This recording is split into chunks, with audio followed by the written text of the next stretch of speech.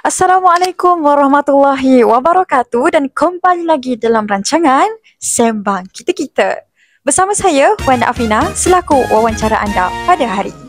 Jadi, saya telah menjemput dua orang tetamu istimewa disebabkan oleh ramai para penonton di luar sana meminta saya menjemput dua tetamu istimewa.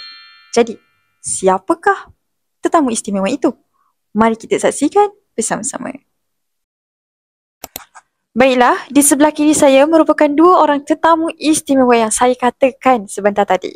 Jadi, terlebih dahulu saya ingin mengucapkan ribuan terima kasih kepada Encik Adi dan Cik Safia kerana sudi meluangkan masa bersama-sama saya untuk berbincang mengenai isu gejala sosial ini. Terlebih dahulu, apa khabar Encik Adi? Boleh kenalkan diri Encik Adi kepada para penonton di luar sana. Baiklah, terima kasih Afina. Alhamdulillah, saya sihat saja. Nama diberi Muhammad Jaiman. Saya merupakan seorang kaunselor di Universiti Kebangsaan Malaysia. Saya merupakan seorang pakar dalam jurusan psikologi. Okey, baiklah. Terima kasih Encik Adi.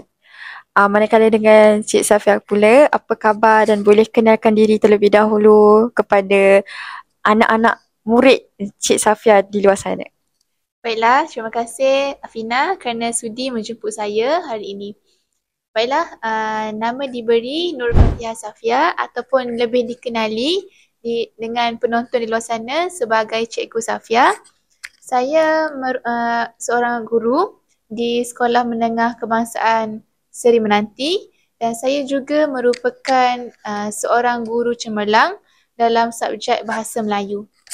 Baiklah.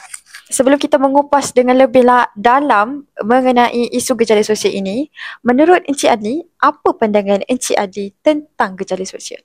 Baiklah, terima kasih Afina. Sebelum saya mengupas isu ini dengan lebih lanjut, suka saya ingatkan kepada masyarakat dan juga penonton-penonton di luar sana bahawa gejala sosial ini merupakan satu perkara yang tidak asing. Gejala sosial ini merupakan satu perkara yang umum. Kerana baru-baru ini saya dapati bahawa segelintir masyarakat kita beranggapan bahawa gejala sosial itu merupakan satu perkara yang baharu, satu perkara yang asing. Hal ini menimbulkan satu tanda tanya kepada saya kerana gejala sosial ini telah berlaku sejak dahulu lagi. Oleh itu, saya ingin tekankan bahawa gejala sosial ini merupakan satu perkara yang tidak asing dan bukanlah baru. Baiklah, jika kita sebut tentang gejala sosial, hal ini secara tidak langsung menjerumus kepada perkara yang negatif. Bila kita kata kepada perkara yang negatif, hal ini termasuklah dengan perlakuan-perlakuan kepada masalah individu. Baiklah, itu saja. Terima kasih Encik Adi di atas jawapan yang diajukan sebentar tadi. Baiklah, manakala dengan Puan Safia pula, apa pendapat Puan Safia tentang gejala sosial ini? Baiklah, terima kasih atas soalan yang diajukan kepada saya. Bagi pendapat saya, gejala sosial ini dapat ditakrifkan sebagai satu tingkah laku yang bercanggah ataupun menyimpang dari norma yang sebenar.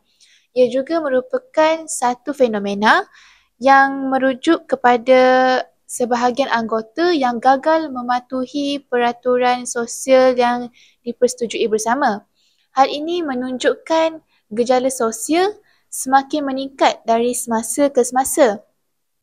Oleh itu, kita sebagai rakyat Malaysia perlulah berganding bahu supaya gejala sosial ini tidak berkembang kerana ia mencerminkan jati diri kita sebagai rakyat Malaysia. Itu sahaja. Baiklah, terima kasih Puan Safia atas soalan yang diajukan sebentar tadi. Sama-sama. Baiklah, Encik Adi dan Puan Safia, boleh saya tahu apakah jenis-jenis gejala sosial yang ada di negara kita? Baiklah, jika kita sebut tentang gejala sosial ini terdapat banyak di negara kita. Antaranya termasuklah ketagihan dadah, ketagihan media sosial, vandalisme dan lain-lain. Namun begitu, ada satu gejala sosial yang amat menarik perhatian saya baru-baru ini kerana menurut statistik di negara kita, sejak dahulu lagi, gejala sosial ini sangat tinggi dan berada dalam tahap yang kritikal, iaitu ketagihan dadah. Rakyat kita cenderung dengan masalah ketagihan dadah. Tidak kira orang tua dan muda, mereka sangat mudah terjerumus dengan masalah ketagihan dadah. Hal ini menimbulkan kerisauan lah kerana seiring dengan peredaran masa, masalah ketagihan dadah ini semakin meningkat. Hal ini menimbulkan satu kerisauan kepada saya mahupun masyarakat di negara kita kerana masalah ini tidak kunjung berhenti. Meskipun pihak kerajaan telah mengadakan kempen, menyediakan pelbagai usaha bagi mencegah perbuatan ketagihan dadah ini, namun masalah ini masih ada, masih meningkat.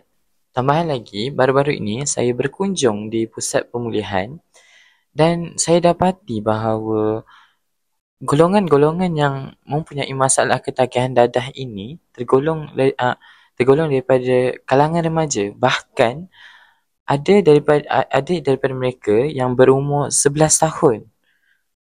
Hal ini memberikan satu kejutan kepada saya kerana mereka masih kecil lagi. Mereka sepatutnya berada di bangku sekolah, namun mereka sudah terjerumus dengan masalah-masalah ini.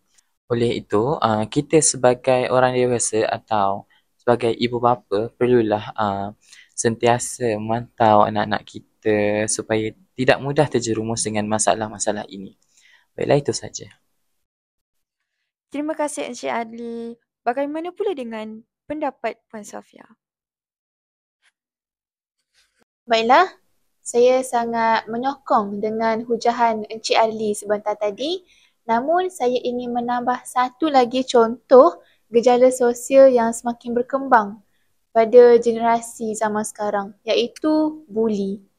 Buli sebenarnya boleh dikategorikan kepada dua, iaitu buli cyber dan juga buli fizikal. Yang semakin hangat dan yang diperkatakan ialah buli cyber kerana banyak kes buli cyber sekarang kerana anak-anak generasi zaman sekarang sangat rapat dengan media sosial. Hal ini boleh dibuktikan kerana saya sebagai seorang guru di sekolah hari-hari menerima pelbagai laporan ataupun masalah daripada pelajar kerana banyak pelajar yang menjadi mangsa buli dan mereka lagi tidak berminat untuk pergi ke sekolah kerana mereka menganggap sekolah ini sebagai satu penjara buat mereka. Baiklah, itu sahaja dari saya. Baiklah Encik Safia, menurut jawapan yang Cik Safia ajukan sebentar tadi, apakah punca berlakunya gejala sosial ini? Baiklah, punca berlakunya gejala sosial ini boleh dikatakan kerana pembuli itu sendiri. Ia berkait dengan pembuli itu sendiri yang di mana mereka mempunyai rasa ketidakpuasan hati terhadap mangsa buli. Tidak kiralah dari segi ketidakpuasan dalam akademik, dalam kemewahan dan sebagainya, ia tetap menjadi satu faktor yang utama dalam punca buli cyber ini sebenarnya. Yang kedua, kita boleh tengok dari segi agama. Ibu bapa yang mendidik anak-anak mereka dengan agama, tidak kiralah walaupun berlainan agama sekalipun, ia tetap akan mencegah anak-anak kita dari perbuatan ini sendiri. Kerana agama mengajar kita untuk berbuat perkara yang baik-baik dan meninggalkan perkara yang tidak baik. Yang ketiga, kita boleh tengok dari segi peranan ibu bapa. Peranan ibu bapa yang mengawal ataupun mengawasi aktiviti anak-anak mereka sama ada di rumah ataupun di sekolah, mereka akan tidak mudah, pelajar-pelajar tidak mudah untuk berbuat buli itu kerana mereka sudah pun diasah ataupun dididik oleh ibu bapa mereka untuk berbuat perkara yang baik. Itu sahaja daripada saya. Baiklah Puan Safia, terima kasih. Bagaimana pula dengan Encik Adli? Baiklah, seperti yang Puan Safia katakan tadi, masalah gejala sosial ini berpunca daripada diri sendiri. Saya menyokong pernyataan tersebut kerana masalah ketagihan dadah ini selalunya atau kebiasaannya lah berlaku kerana individu itu memiliki perasaan ingin mencuba sesuatu yang baru. Kita jadikan contoh remaja yang ketagihan dadah. Remaja secara alaminya dalam peringkat membesar atau peringkat kedewasa, mereka cenderung untuk mencuba sesuatu baharu dan berkemungkinan rakan-rakan mereka mempengaruhi mereka untuk mencuba dadah itu sendiri. Selain itu, bila kita sebut tentang rakan, masalah gejala sosial ini juga berpunca daripada pengaruh rakan. Pengaruh rakan sebaya merupakan satu pengaruh yang amat dahsyat kerana tidak hanya dengan masalah ketagihan dadah, masalah gejala sosial lain itu juga berpunca daripada rakan sebaya. Saya ambil contoh sekali lagi, seorang remaja yang ketagihan dadah. Sebagai contoh, sekiranya remaja tersebut hidup dalam keluarga yang mempunyai masalah, mungkin masalah kewangan atau masalah rumah tangga yang lain, hal ini mampu memberi kesan kepada kesihatan mental mereka dan menjadikan mereka cenderung untuk menghabiskan masa mereka dengan rakan-rakan. Oleh itu, ia menjadi salah satu faktor mengapa remaja banyak terpengaruh dengan rakan sebaya mereka. Baiklah, itu sahaja. Terima kasih Encik Adli di atas jawapan yang diajukan sebentar tadi. Bagi saya sebagai seorang pendengar, saya rasa banyak sebenarnya kesan-kesan yang agak negatif kepada remaja mengenai isu gejala sosial ini. Baiklah, kita pergi ke agenda yang seterusnya, iaitu mengenai langkah untuk mengatasi isu gejala sosial ini. Baiklah, seperti hujah saya sebentar tadi mengenai isu ketagihan dadah, maka saya ulaskan balik tentang langkah-langkah bagi mencegah gejala sosial inilah. Yang pertama, ibu bapa memainkan peranan yang sangat penting, iaitu ibu bapa perlu mengajarkan anak-anak, memberi didikan kepada anak-anak untuk sejak kecil lagi untuk menjauhkan diri daripada anasir-anasir lain yang mampu mempengaruhi anak-anak mereka. Antaranya termasuklah pelbagai komiks ataupun video-video di media sosial yang berunsurkan perkara-perkara negatif seperti dadah ataupun maafkan saya, seperti animasi yang memamparkan tentang dadah dan lain-lain. Dengan ini, anak-anak membesar dengan kesedaran tentang bahayanya dadah dalam hidup mereka, dan secara tidak langsung mereka dapat menjauhi masalah gejala sosial ini. Selain itu, peranan pihak sekolah dalam memberi didikan kepada murid-murid mereka sejak di bangku sekolah, iaitu mereka perlu mengadakan kempen ataupun program bagi mencegahi masalah dadah dalam kalangan pelajar sejak pelajar di tahun 1, di tahun pertama. Dengan ini, pelajar akan membesar dengan otak mereka yang telah dimanipulasikan tentang bahayanya dadah dalam hidup mereka. Hal ini secara tidak langsung akan menimbulkan rasa takut bagi mereka untuk mendekatkan diri kepada masalah dadah ini atau masalah gejala sosial ini. Kedua-dua pihak ini mengambil peranan yang penting kerana mereka mendidik anak-anak generasi muda kita ini. Baiklah, itu sahaja. Baiklah Encik Adli, saya juga berasa sangat, maafkan saya juga menyokong apa yang dikatakan oleh Encik Adli sebentar tadi. Sebab boleh kita katakan ibu bapa dan guru-guru di sekolah ini merupakan rumah yang sangat penting kepada murid-murid. Dia ibaratkan seperti kain putih. Murid-murid ini diibaratkan seperti kain putih dan ibu bapa dan gurulah yang mencorakkannya menjadi seorang yang berwibawa. Tambahan pula, saya pun rasa yang individu juga memainkan peranan penting. Kita juga memainkan peranan penting untuk menyebarkan kepada media massa tentang bahayanya dadah ini kepada orang ramai.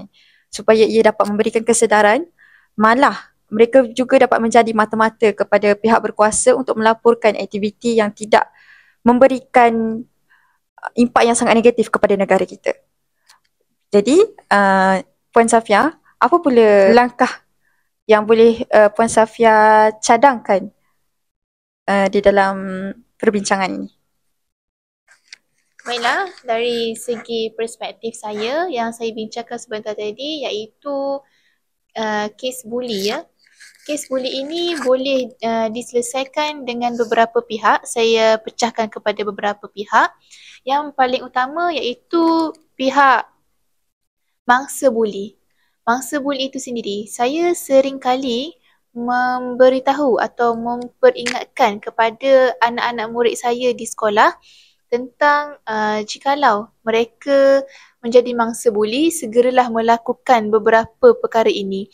Yang pertama, kita boleh tengok iaitu segeralah melaporkan kepada orang dewasa yang boleh dipercayai seperti guru, ibu bapa atau kaunselor. Yang kedua, kita jangan membalas. Kalau boleh jangan membalas perbuatan buli itu tersebut. Kerana boleh menimbulkan lagi pergaduhan yang boleh mencetuskan lagi pergaduhan yang lebih besar.